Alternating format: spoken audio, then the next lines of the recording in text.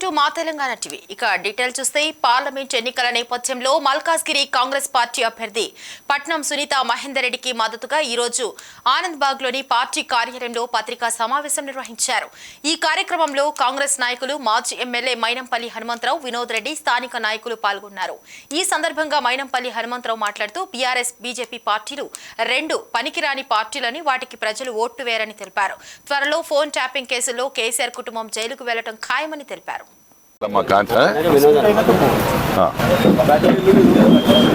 రాజశేఖర రెడ్డి నాడు ఏడుంది, ఆమె ఇన్ఛార్జ్ వస్తుంది, మళ్ళీ నాకు లేట్ అయితే నాడు ఎక్కడ ఉంది మాట్లాడి ఏం కాదు, లేకుంటే best.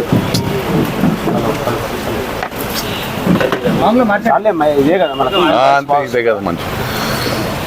Malkajgiri parliament war room సెంటర్లో, మరి మల్కాజ్గిరిలో ఉన్నటువంటి వార్ రూమ్లో ఇక్కడ మా పార్లమెంట్ ఇన్ఛార్జ్ అయినటువంటి మైనంపల్లి హనుమంతరావు గారు, అదేవిధంగా నా పార్లమెంట్ కోసం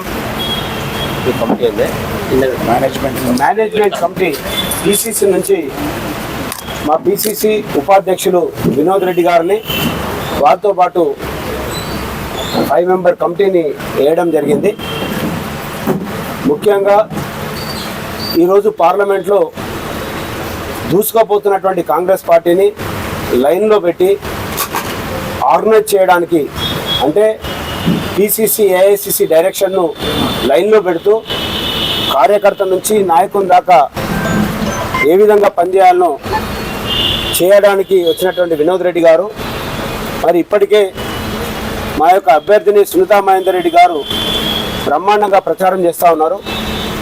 మా ముఖ్యమంత్రి, ప్రియతమ ముఖ్యమంత్రి 7 అసెంబ్లీ సెగ్మెంట్లలో మల్కాజ్గిరి, మేడ్చల్, అదేవిధంగా ఎల్బీ నగర్, కుకటపల్లి, కుత్బుల్లాపూర్ కంటోన్మెంట్లో రోడ్ షోల ద్వారా, కార్నర్ మీటింగ్లతో ప్రజలందరికీ ముఖ్యమంత్రి గారు మెసేజ్ పంపించడం జరిగింది.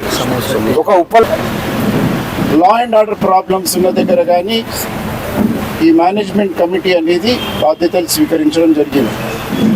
దాంట్లో భాగంగా ఎలక్షన్ మేనేజ్మెంట్ కమిటీ సభ్యునిగా నేను, పిసిసి ఉపాధ్యక్షునిగా Malkajgiri parliament, Nizamabad parliament, Hyderabad parliament అనేది 3 పార్లమెంట్ నియోజకవర్గాలు చూడడం జరుగుతుంది. గత వారం రోజుల నుంచి కూడా ఎలక్షన్ మేనేజ్మెంట్ కమిటీ అనేది మొదటగా రాష్ట్ర డీజీపీ అయినటువంటి గుప్తా గారిని ఎలక్షన్ మేనేజ్మెంట్ కమిటీ కలవడం జరిగింది.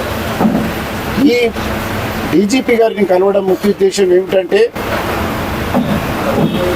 బీజేపీ అండ్ బీఆర్ఎస్ పార్టీ కానీ రెండు కానీ లోపాయికారిగా కూడా ఒక తీవ్రమైన ఆలోచన విధానాన్ని, మతతత్వ ఆలోచన విధానాన్ని పార్లమెంట్ ఎన్నికల్లో చేయడానికి ప్రయత్నం చేయడం జరుగుతుంది. మీరు హైదరాబాద్ పార్లమెంట్లో చూస్తే గత 30 సంవత్సరాల నుంచి కూడా అక్కడ ఏదైతే మిషన్ కాకతీయ పేరట చెరువు మీద 4 తుమ్మ చెట్లు వీకి 100 కోట్లు దాంట్లో కూడా దోసుకున్నది ప్రజలందరికీ కూడా తెలుసు. మరి ఇదైతే కాళేశ్వరం ప్రాజెక్టుల 1,25 కోట్లు చేసి 30% కమిషన్ తీసుకున్నాడు.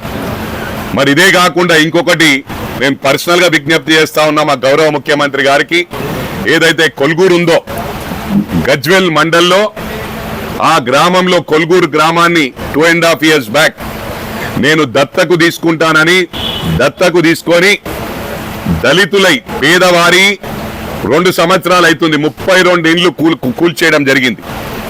కొత్త డబుల్ బెడ్రూమ్ కట్టిస్తా అని, దానిపైన కూడా కేసు బుక్ చేయాలని చెప్పి కూడా నేను ఈ ప్రభుత్వాన్ని విజ్ఞప్తి చేస్తా ఉన్నా.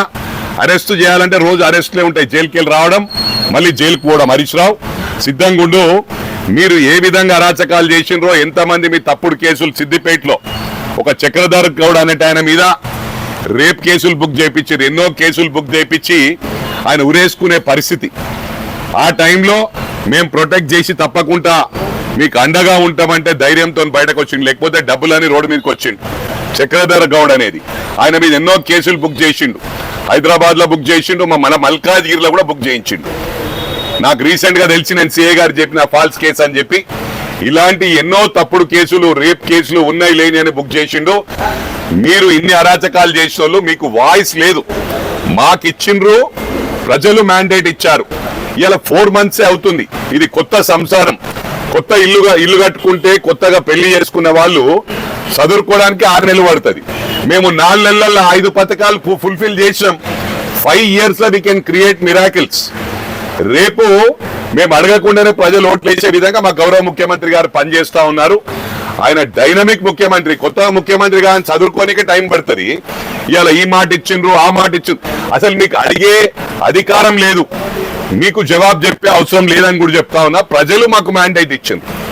రేపు పార్లమెంట్ ఎన్నికల్లో చూస్తావు, మీకు గుండె అదేంది ఎగ్గు గుండు సున్నా, ఒక్క సీటు కూడా రాదని చెప్పి కూడా ఈ సందర్భంగా తెలియజేస్తా ఉన్నా. టిఆర్ఎస్ పార్టీకి నాట్ ఈవెన్ సింగిల్ సీటు కూడా రాదని చెప్పి బల్లగుద్ది నేను చెప్తా ఉన్నా. దీన్ని ఛాలెంజ్ కు రెడీ ఉన్నావా అని చెప్పి హరీష్ రావు అంటున్నా.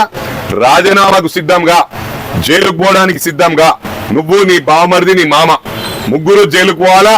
మీ మామ ధైర్యం ఉంటే మీ మామ ఇద్దరు కలిసి మామాళ్ళు రాజీనామా చేయండి. నేను, మా రేవంత్ అన్న, మా గౌరవ ముఖ్యమంత్రి గారు పోటీ చేస్తాం. సిద్దిపేటలో నీ మీద నేను పోటీ చేస్తా.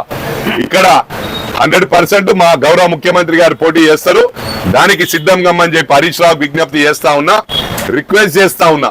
తయారుగా మాటలు చెప్పక. ఎందుకంటే గతంలో కూడా నేను టీడీపీ ఎమ్మెల్యే ఉన్నప్పుడు నేను రాజీనామా ఇచ్చిన స్పీకర్ ప్రోఫామర్ లో తిరుపతికి వెళ్ళి కిరణ్ కుమార్ రెడ్డి గారు స్పీకర్ ఉన్నప్పుడు నేను అక్కడ ఇచ్చి ఒకటే చెప్పిన, అమరవీరుల కుటుంబాలకు నా సీట్ నేను త్యాగం చేస్తా. నువ్వు త్యాగం చేయడానికి సిద్ధంగా ఉంటే రా అన్న. పత్త లేకుండా 2-3 నెలలు అసలు నువ్వు రానేలేవు. అదే విధంగా ఈసారి జయ్యకు చెడ్డ పేరు వస్తుంది. నీకు మంచి పేరుంది, నీకు అదే మంచి పేరుందని నీకు నేను ఏ విధంగా నేను చెప్తున్నా, మంచి పేరున్నట్టయితే నువ్వు వెంటనే 15th August నాడు రాజీనామా చేయి. నీ మీద నేను పోటీ చేయడానికి సిద్ధంగా ఉన్నా. మొన్న దొంగోట్లు చేసి గెలిచిండ్రు. మైనంపల్లి హనుమంతరావు అనేటోడు తెలంగాణ ఉద్యమం టైంలో మెదక్కి 2 సార్లు గెలిచిన. ఇలా హ్యాట్రిక్ 3వసారి నా కొడుకు గెలిచిండు. నువ్వు అనుకోవచ్చు ఇక్కడ మల్కాజిగిరి ఓడిపోయిందని. నేను 3 సెంచరీలు కొట్టిన. ఒక దాంట్లో డక్అవుట్ అయినంత మాత్రాన ఫీల్ అవుతాను కాదు. గవస్కర్ కూడా డక్అవుట్ అయిండు, సచిన్ టెండూల్కర్ కూడా డక్అవుట్ అయిండు. నేను